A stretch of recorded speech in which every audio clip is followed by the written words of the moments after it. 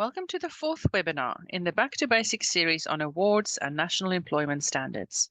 My name is Michelle and I'm pleased to introduce our speaker, Kylie James. Kylie is a Human Resources and Industrial Relations Specialist and Advisor to NatRoad Members.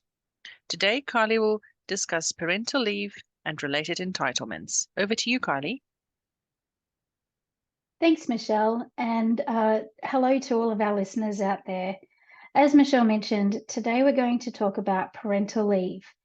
Now, there's parental leave under the National Employment Standards, and there's also the Paid Parental Leave Scheme. So today I'm going to discuss both, and we'll also include some more information on our Members Resources page on our website if you do want to explore this topic a little bit further.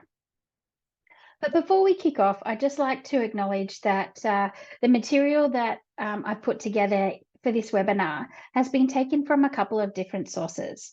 And one of those is our Member Resources section on our website.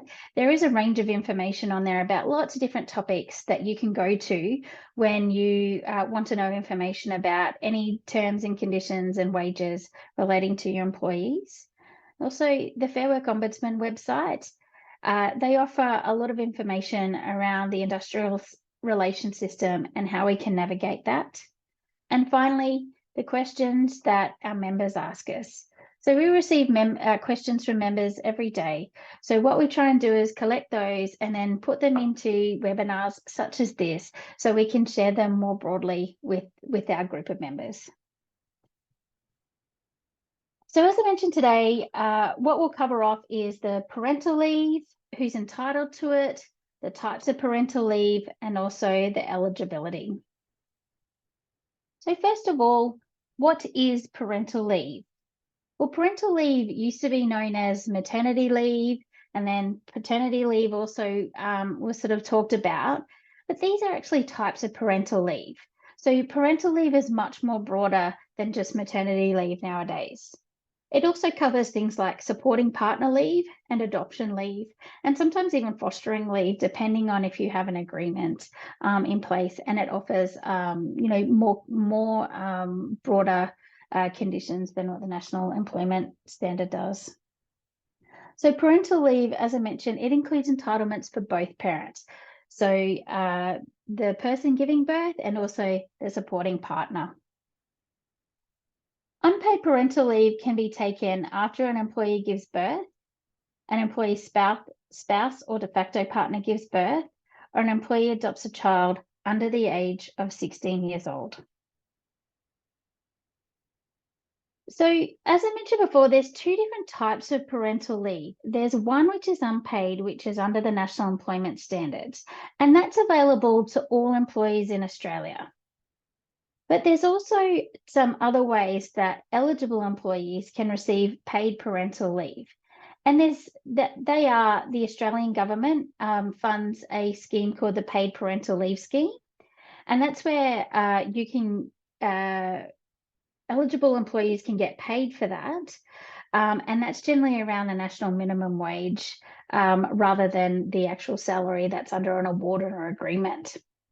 And then the second way that an employee can be paid parental leave is through an enterprise agreement, a contract, or a workplace policy. So these are generally agreements that are made between the employer and the employees to determine additional conditions which go above and beyond either the National Employment Standard or an award. So what are the types of unpaid parental leave? Well, there are a couple of different types available. First of all, pregnant employees are entitled to special parental leave, compassionate leave, and a safe and no safe job leave. So what that safe and no safe job leave is that if there's no safe job that's available, no appropriate job that's available, and an employee can take no safe job leave.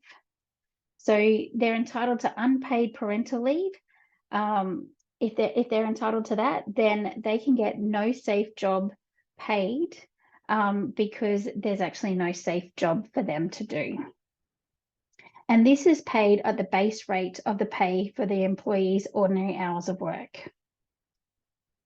So those employees who are not pregnant are entitled to partner leave, compassionate leave, and adoption leave. So who is actually entitled to unpaid parental leave under the National Employment Standards?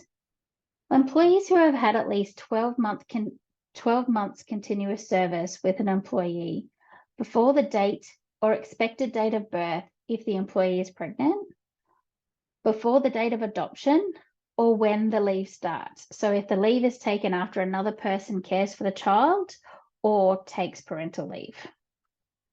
Employees who have or will have responsibility for the care of a child will be entitled to unpaid parental leave under the National Employment Standards.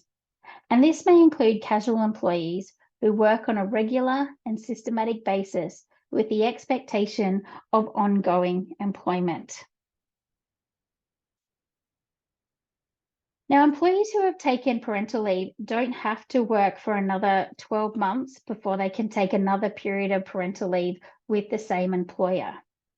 However, if they start to work with a new employer, then they will need to have worked with that employer for at least 12 months before they take their parental leave.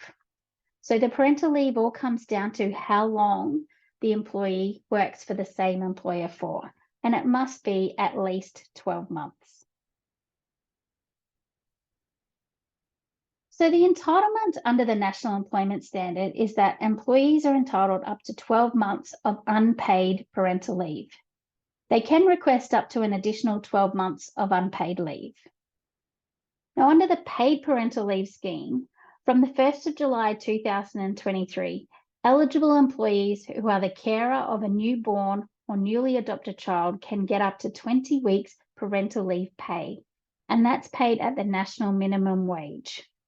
So we will actually provide some more information on this scheme in our members resource section under parental leave. So if you or your employees want more information on this particular scheme, please go to our members resources page and we'll have some information there for you shortly.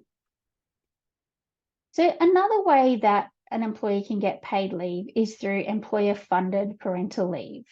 And so that's through an agreement, an employment contract, or a policy. Now, this can be very different based on what has been agreed between the employer and the employee in these particular documents. So, for example, they may provide an additional 2 weeks on top of the unpaid leave in the National Employment Standards, just as an example. This can vary, as I said, from agreement to agreement, policy to policy. So if you are unsure and you want to enter into something like this, whether it be a policy or an agreement with your employees, please reach out to us and we will be able to guide you through what you could potentially put in an agreement or a policy. All employees have the right to return to their old job at the conclusion of their parental leave. So they can go off, have their 12 months leave, or potentially 24 months. If they do want to extend, then they have a right to come back to their old job at the conclusion of their leave.